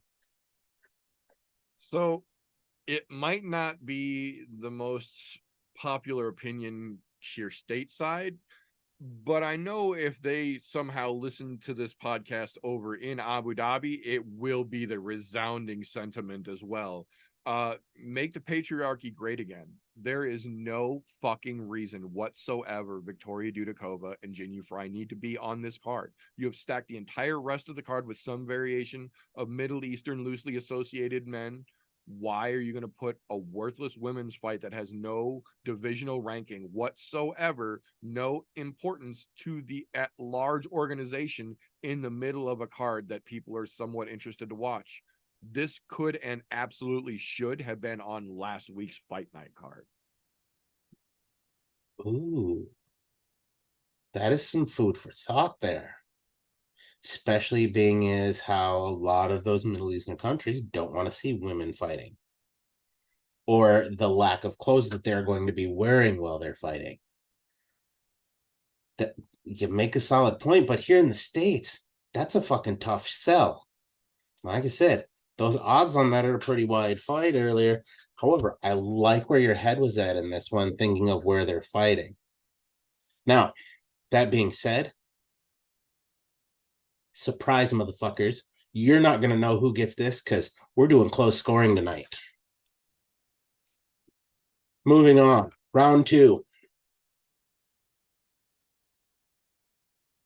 Since Christian went first, your choice here to go second and start the second round off first. So, all of the fights that may be on the card, we might piss somebody off talking about again. That's not getting enough airtime, not getting enough play, but is going to be a banger. One that you're going to say, hey, you need to be watching this fight for a good reason. Which fight is that for you?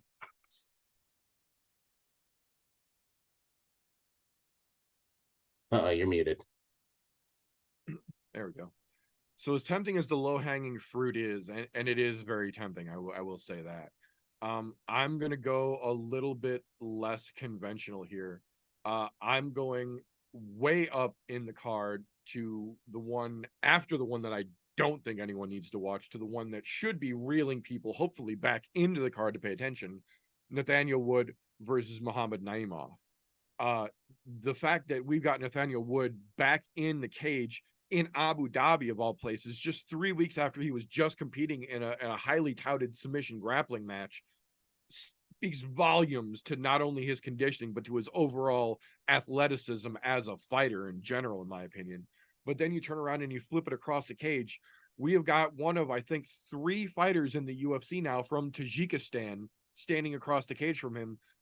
Not a world breaker yet, but again, he's one of 3. So he's there to kick the door open, maybe not be the Anderson Silva from Tajikistan, but he's also not a full can either. The dude's got some potential. Nat Wood versus Muhammad is going to get people back interested, and I don't see anyone talking about it in the MMA media at large, and that's a crime in my opinion. It's a good solid choice. I like that. And we touched on it earlier very lightly, but that is definitely a good solid choice. And I'm pretty sure I know which low-hanging fruit you're talking about, so good job on avoiding the low-hanging fruit there. Christian, that brings us over to you. Round 2, get to be going second here. All the fights that are sitting on this card that probably should be getting more shine, getting a lot more spotlight, and you think you're going to be worth it to say, hey, you're not a fan. You want to become a fan? This is the fight to watch. Which one are you picking? Well, like Meter said, I'm going to avoid the low-hanging fruit. We all know it's the premier prelim. You know, the premier prelim is going to be a damn good fight. You're going to bring in some new fans. But let's branch out a little bit. Trevor Peek versus Muhammad. I'm going to go my own Muhammad, too. Muhammad Yaha. I think this fucking kid is somewhat exciting. You know, didn't know his age, but I thought he was young enough making his debut. And TJ went and found the fucking age for us. 29 years old. Trevor Peek's 28. And this Yaha kid coming in and make his debut, going against a really tough motherfucker in Peak, who before his loss in his last fight to Jose Mariscal had won every single fight in the first or second round by knockout or TKO. Kid's exciting as fucking hell from the South. I think he's from Arkansas. Can't be completely correct. He might be from Tennessee. No, he's from a southern state. That's the only piece of fucking research I didn't fully do. Trevor Peek's a southern boy, and I always like the fucking southern boys too, or the country boys, as you would say. You know, this Yaha kid, though, 12 victories, 9 finishes, 7 of them by knockout. So we've got 2 guys that just total knockout power, and we might get an absolute slugfest. And the lightweight division stacked as hell. You always need more excitement here. This Yaha kid winning 5 fights in a row in the UAE Warriors promotion, like I touched on earlier on the contender spot. I'm excited as hell for this fight. Excited as hell for both of these guys. I think Trevor Peek's going to have a big bounce back, and it's going to make him look pretty good fighting a little bit of a tough guy making his debut. That's the only thing that's giving him the edge, is that he's already fought in the UFC and this guy's making his debut. But still think it's a really fucking exciting fight. Damn sure hasn't been talked about at all. Like, I think Trevor Peek, he just got completely pushed under the rug after losing his last fight. He still went out there and fucking threw down. Like, that kid did not fucking give up. Even if he got his ass whooped in his last fight, he did not stop fucking fighting the entire fight. Kept on fucking swinging. I think had a broken hand towards the end of it, too. He's impressive as hell. He's tough as fuck. We're looking forward to him bouncing back, and I think the fight's going to be absolute war between these two young kids. I like the choice there in Trevor Peek. Trevor Peek has piqued my interest quite a few times in the fights that we've seen out of him. Even going out on his shield in the last one, he went down swinging, which is fucking all you can ask for out of a fucking elite level fighter. Great fucking choice. And the unknown, the unlockable character in Muhammad Yaha here, that's going to be fun to just see where he is at. And coming out of a good solid promotion out of the UAE, their promotion actually has been putting out some decent fighters. They actually had one of Volk's teammates on that promotion this week. If any of you caught the fucking Embedded series, granted she didn't win, but she put on a hell of a fucking performance. So the UAE promotion definitely putting out some decent fucking fighters and fights out there. Oh, that's gonna move us into round 3. It's Christian. You need to go first in round 3. So I'm gonna skip right to it. Co-main event, short notice. Kamaru Usman, Khamzat Chimaev. I kill everybody, or I can't get my belt back. How do you see this fight playing out, and why? Well, for me, I got to give Kamaru Usman absolute respect. You know, losing the past 2 fights, like getting knocked out by Leon to lose the belt, and then the second fight, pretty much getting absolutely dominated for 5 rounds. And then you're going to come off of 12 days' notice and fight the guy that everybody's been afraid to fight for the past 3 years. Like, that's the only real reason we haven't seen Chimaev already get a title shot, in my opinion, because all the guys at the top don't want to fuck with him. They've been afraid of him.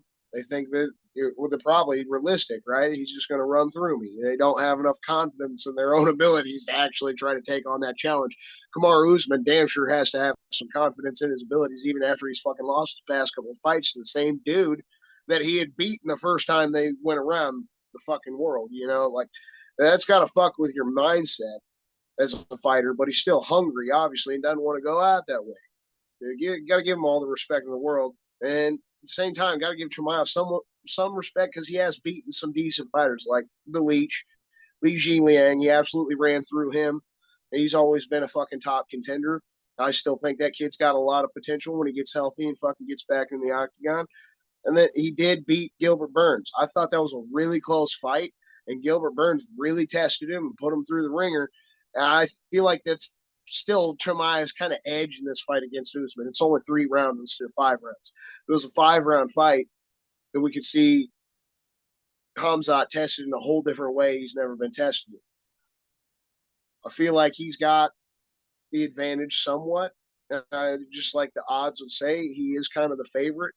But my gut, just because of this fucking last-minute change-up, like, the mind, right, wants to say, be smart. Khamzat's still probably going to get it done. But that gut, just with how we saw him go against Gil last year, too, I think Kamaru's always been the better fighter. That's why he was a champ for years. He held on to that belt for a long time. He fucking knocked out Gilbert Burns. We don't like to throw the MMA math out there, but that's the only reason I mentioned he knocked out Gilbert Burns. And Khamzat went to war with Gilbert Burns. If Kamaru's in great fucking shape and he's as hungry as it seems like he is, just like Volkanovski, in my opinion, he's going to fucking make this an absolute hellish fucking evening or afternoon, whatever time zone it is in Abu Dhabi. We know it's going to be afternoon for us. If it's the evening over there, it's going to be hell. It's going to be hell for Hamza. He might get the win, but he's going to have to go through hell to fucking get there. And we're finally going to get to really see him be tested by somebody who is great.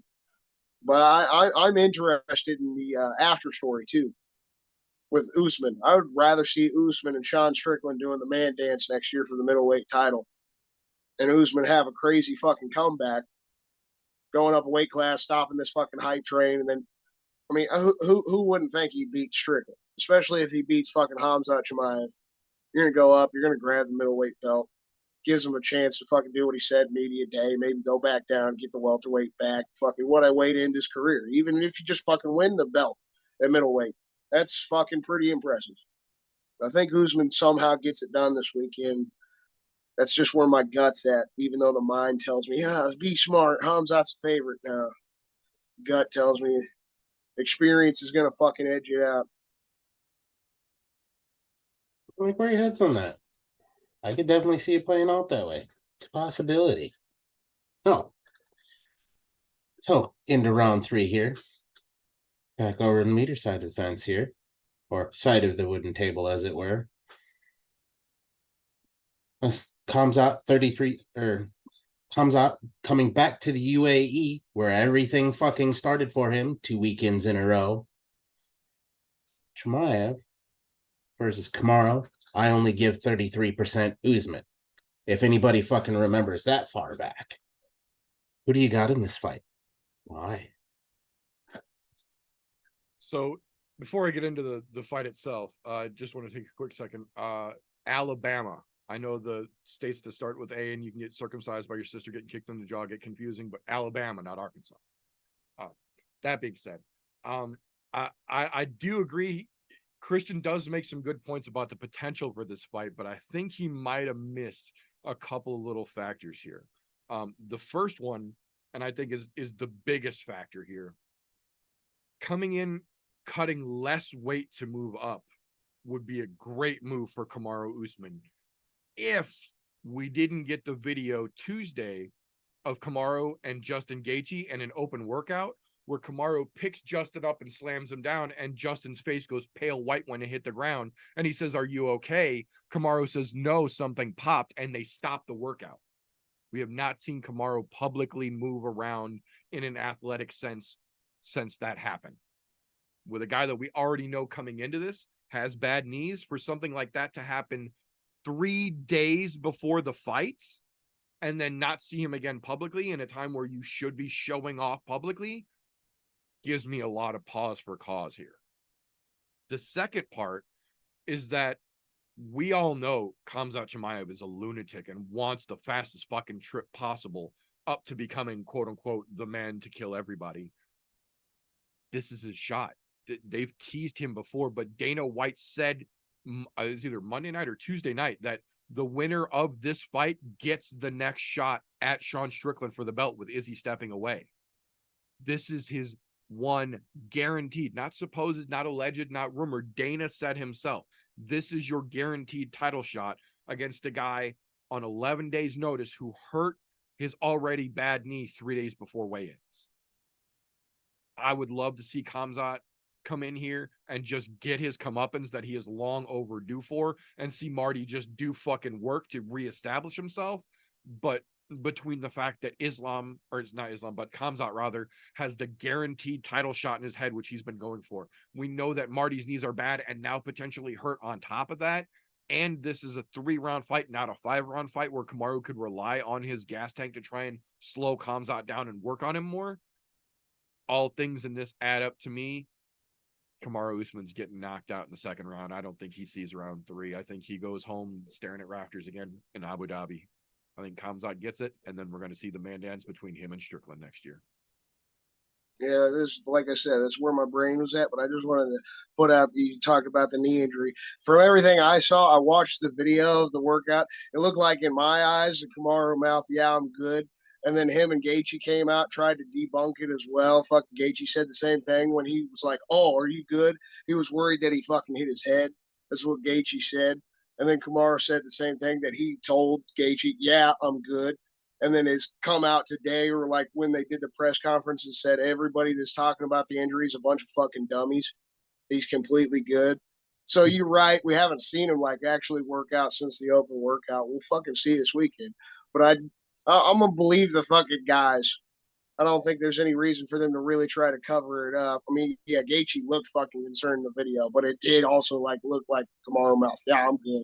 It didn't look like you said something about his knee popping, but yeah, it was funny as hell. People freaked out about that, and Kamaru's always had bad knees. Yeah. So I mean, bone on bone for years.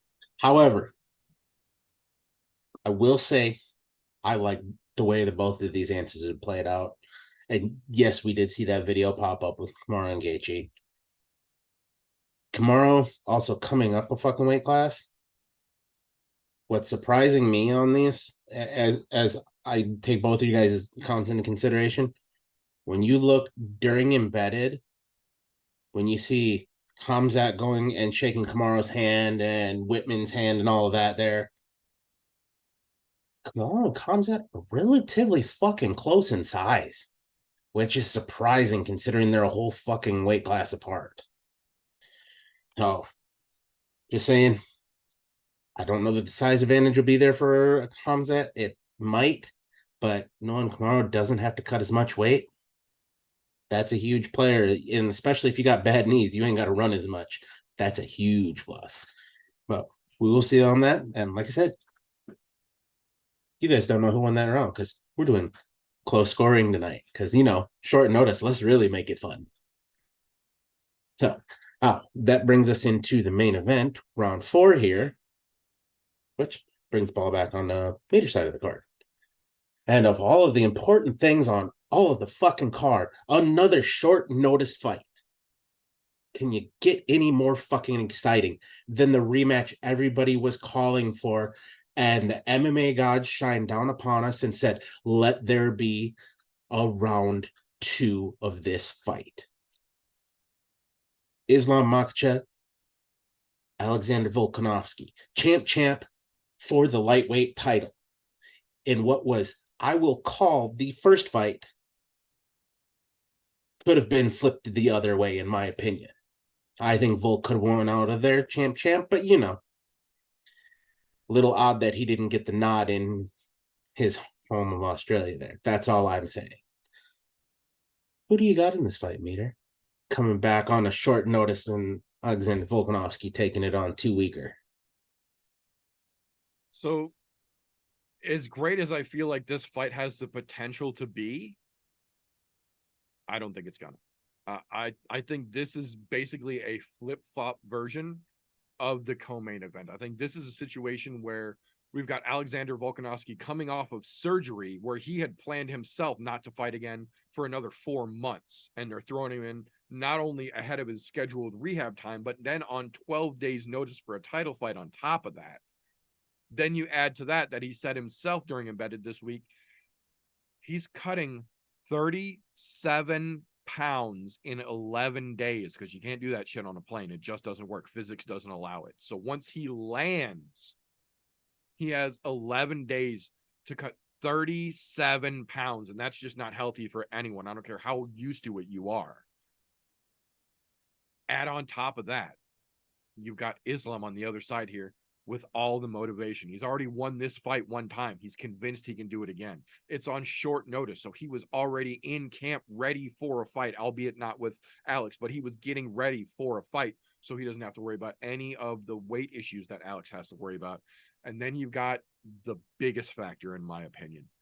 This isn't about the belt for Islam. If you've listened to his press this week, this has nothing to do with the belt for him. This is all about the pound for pound rankings for Islam. He immediately disregards, like most of us do, with John Jones being given number 1. That's bullshit. We can all put that aside.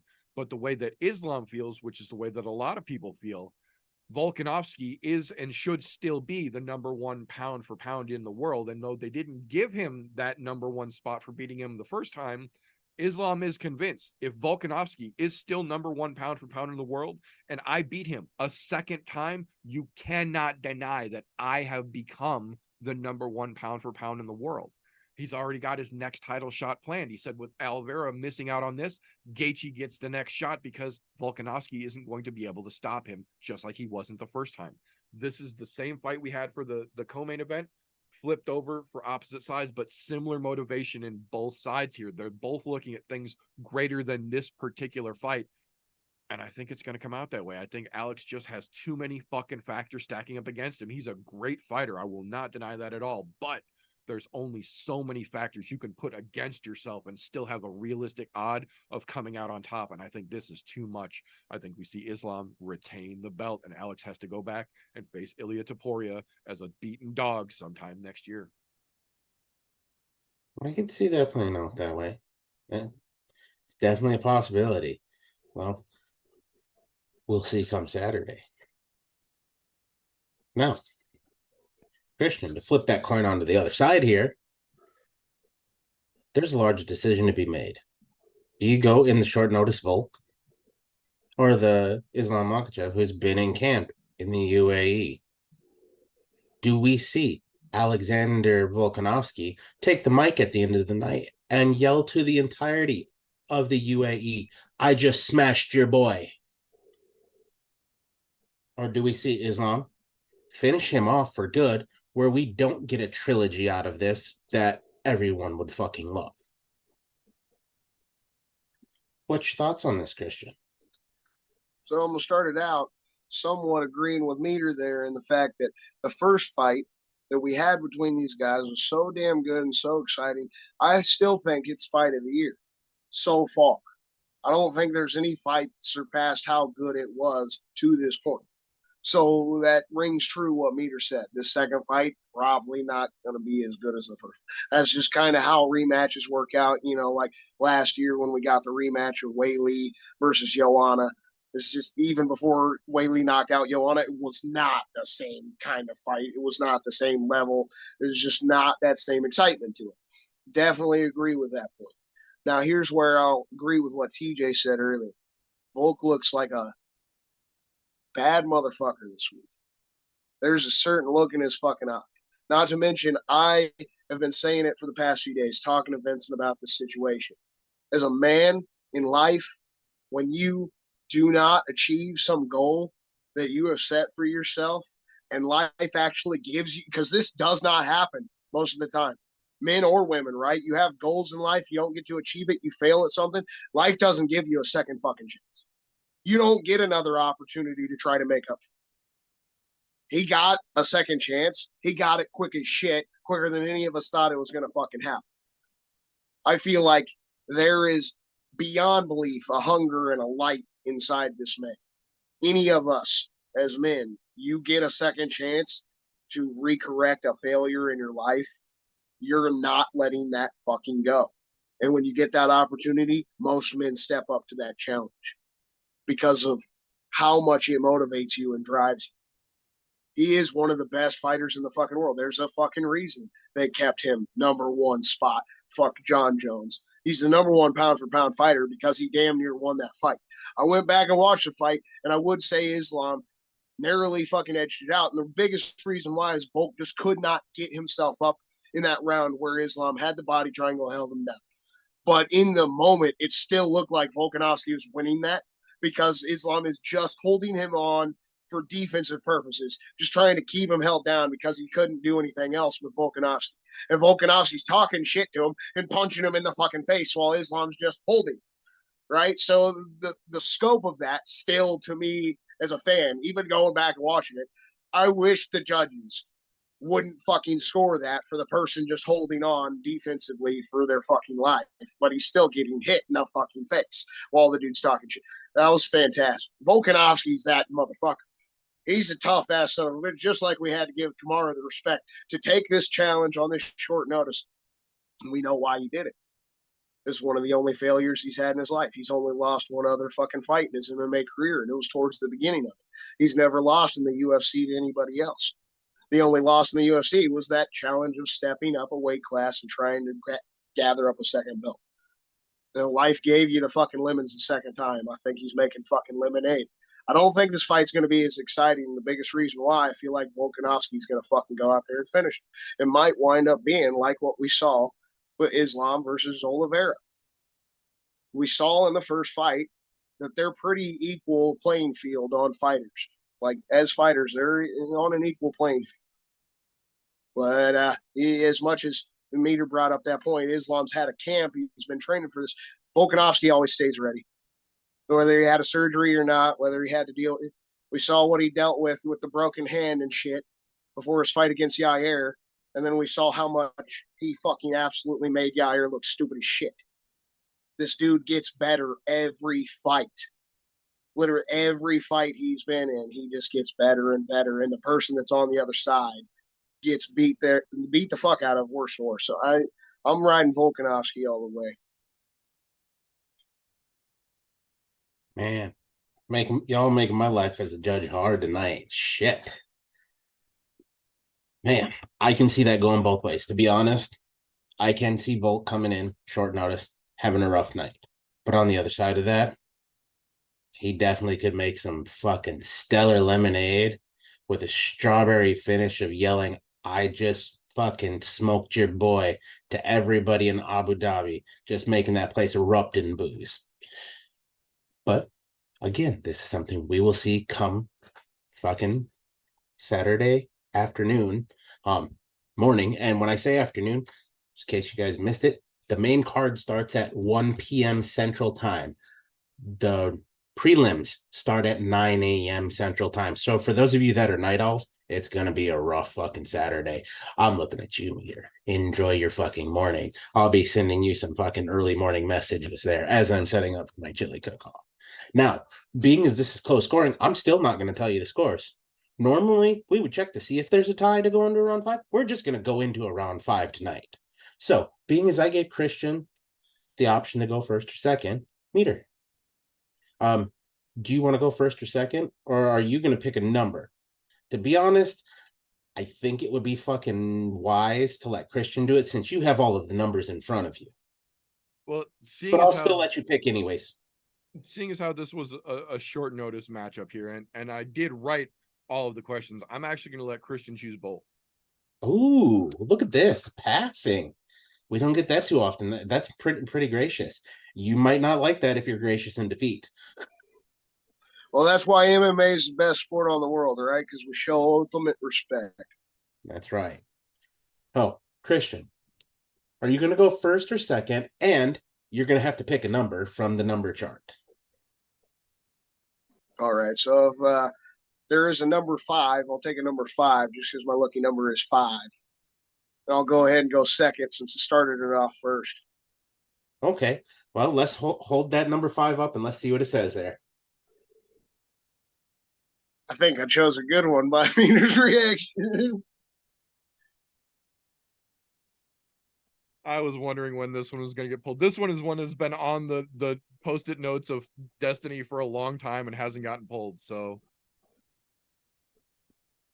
best Magic School Bus episode.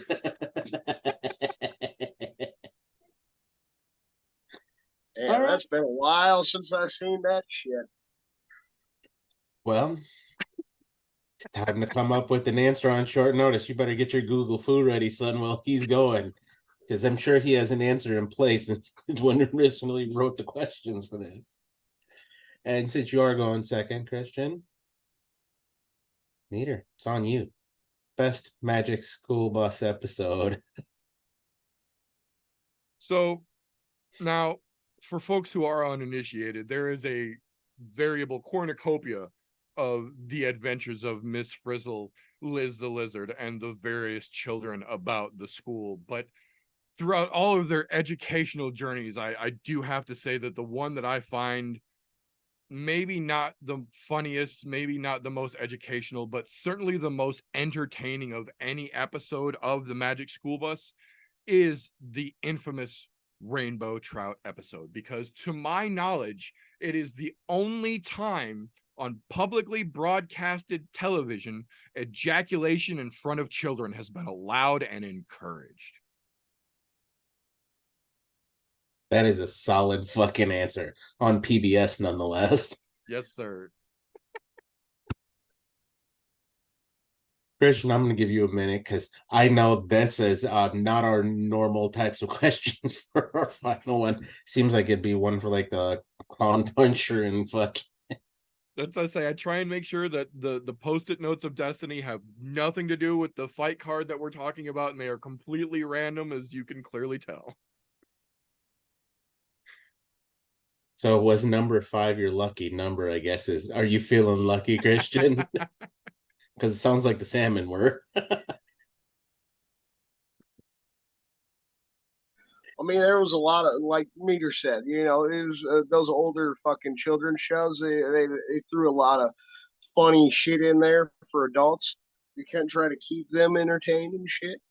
I always liked the fucking episode where they shrink it down. You shrink the bus down. Fucking had to go inside the person or whatever. That was cool. But I mean, we're coming up on Halloween, so I think the haunted mansion episode is probably one of the favorites. It just makes sense coming up on Halloween.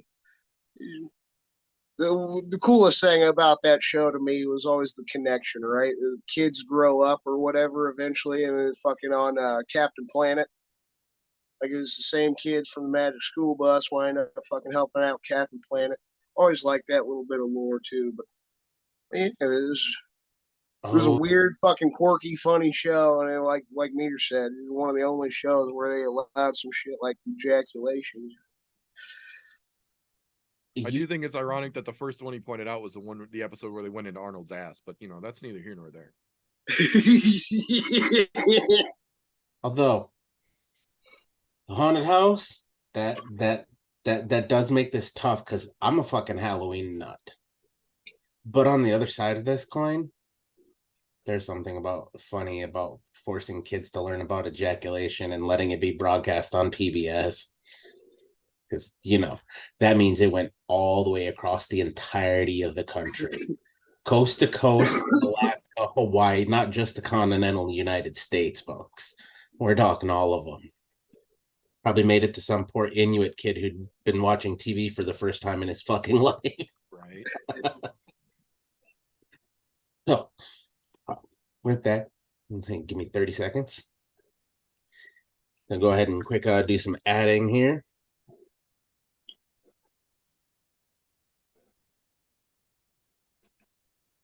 All right. That was a hell of a round. Some hell of a good rounds, boys. Fucking fantastic. Scorecard is in. Scorecard is complete. I will even show the scorecard. With only one judge. There will be no split decision here. There will be no split draws. There will be no draws. We will have a definitive winner. Now, the problem with that is I'm not Sal D'Amato, so this is all based on reality, not fantasy. Based on the way I saw this playing out. Sal D'Amato couldn't see a fucking barn if it was 2 foot in front of his fucking eyes. But that's neither here nor there. So, coming in with the final totals here. Meter coming in with 48 and a Christian on a 47. And this is just, yep, maybe I am Sal D'Amatoing the card because I'm right here. Oh, there it is. And it's gone. There you go. Somebody's going to have to screen cap that. Yeah, I didn't expect much different. I haven't been able to fucking get past that hump with Meter yet since I hopped on the podcast. Now you can see it. I expected it was going to be a tough matchup, but at least I made it close. Look, I took it down to the wire. You came out of the gate strong. Meter came back in the second and third round. You took the fourth in my eyes because I do think fucking Volk gets that fucking finish and gets his double champ status. That and I'm very partial to the fact of I just want to pray to God that he doesn't have a gracious win. He has an asshole win where it's I just fucking smashed your boy and looked right at Habib while he's fucking saying it. But that's me living in fairyland on that one. And I know that he won't say that, but I'm not going to say I know he won't win because he's a dangerous motherfucker. But no, well played, you two. Fucking fair play to both of you. Fair play to the posted note of fucking doom on that one, because I was not expecting that as fucking posted note of doom. I'm glad that it's been removed from the list, so that way I don't have to do that next month. Yeah, no shit. There's still some good ones in there though. Yeah, it's good stuff. No, Well played. Good match, sir. Well played indeed. And you guys gave some really fantastic answers where I really had to think about who I wanted to fucking give the round to. Like, all very good, legitimate points. Y'all did fucking fantastic this week, and I'm here for it. Well done. Hell yeah. Thank you very much for a good match, sir. Much appreciated. Thank you for holding down the hosts and judges there for us so we can compete, TJ. Much appreciated.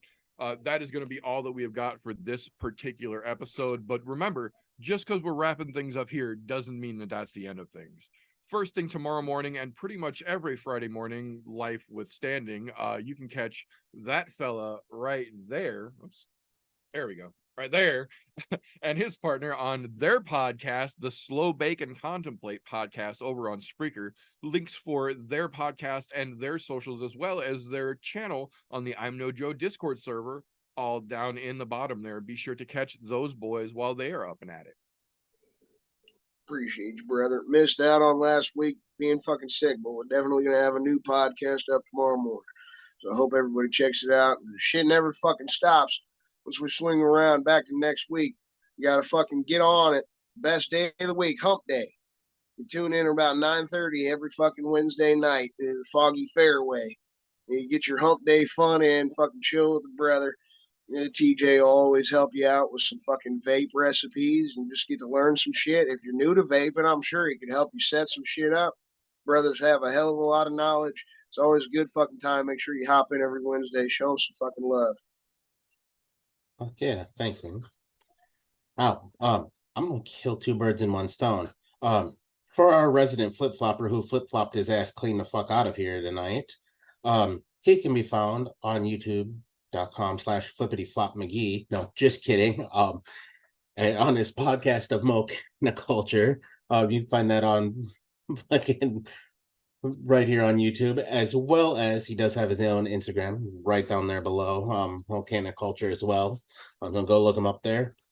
Great fucking podcast covering all things Missouri and cannabis related there. So fair play to him there. And now to the winner goes the spoils tonight. By spoils, I mean I'm gonna fuck this up on purpose. If you don't know, the meter doesn't do shit. He does this only. In fact, if you go below to linktree.com/the meter does many things, kind of ironic considering it doesn't do many. It'll show you some links that he allegedly does other things on. Allegedly. For those of you just listening in audio format, there were air quotes there. But right down below, click on the link. It's actually linktree/the meter does many things. But like I said, I'm fucking it up tonight. Fuck it. Oh, good. Much appreciated. Links for everybody, all of the socials, everything that everybody gets into is all down below. Everybody's socials, all the stuff for everybody to check out. I encourage you, check out everybody that's part of the show. It takes a fucking village, to say the least. But that is all we've got for this particular episode. So thank you to everyone, whether you were tuning in live on youtube.com/I'mNoJoe, or you're catching this a week later in the all audio format on anchor.fm/I'mNoJoe, your podcast consumption platform of choice. We appreciate you. If you appreciate what we're doing around here, please consider giving us a thumbs up, making sure you are subscribed and your notifications are turned on whatever platform you're consuming us in. If you get the option to give us a review, please do so. It does help out even just a little bit. The other side of that coin, if you don't like what we get up to around here, first and foremost, what the fuck are you still doing this deep into a podcast you didn't enjoy? Give us a thumbs down and then go fuck yourself. We won't even dispute it. That being said, that is all we've got for this particular episode. So thank you to everybody again who tuned in. That is all we've got for tonight. Remember, boys and girls, don't let ignorance stop you. You can root for anything.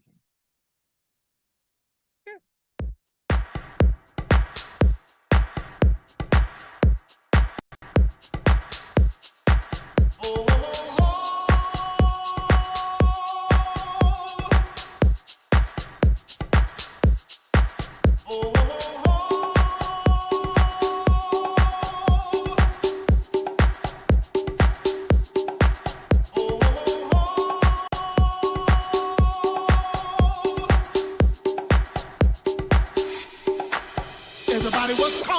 fighting.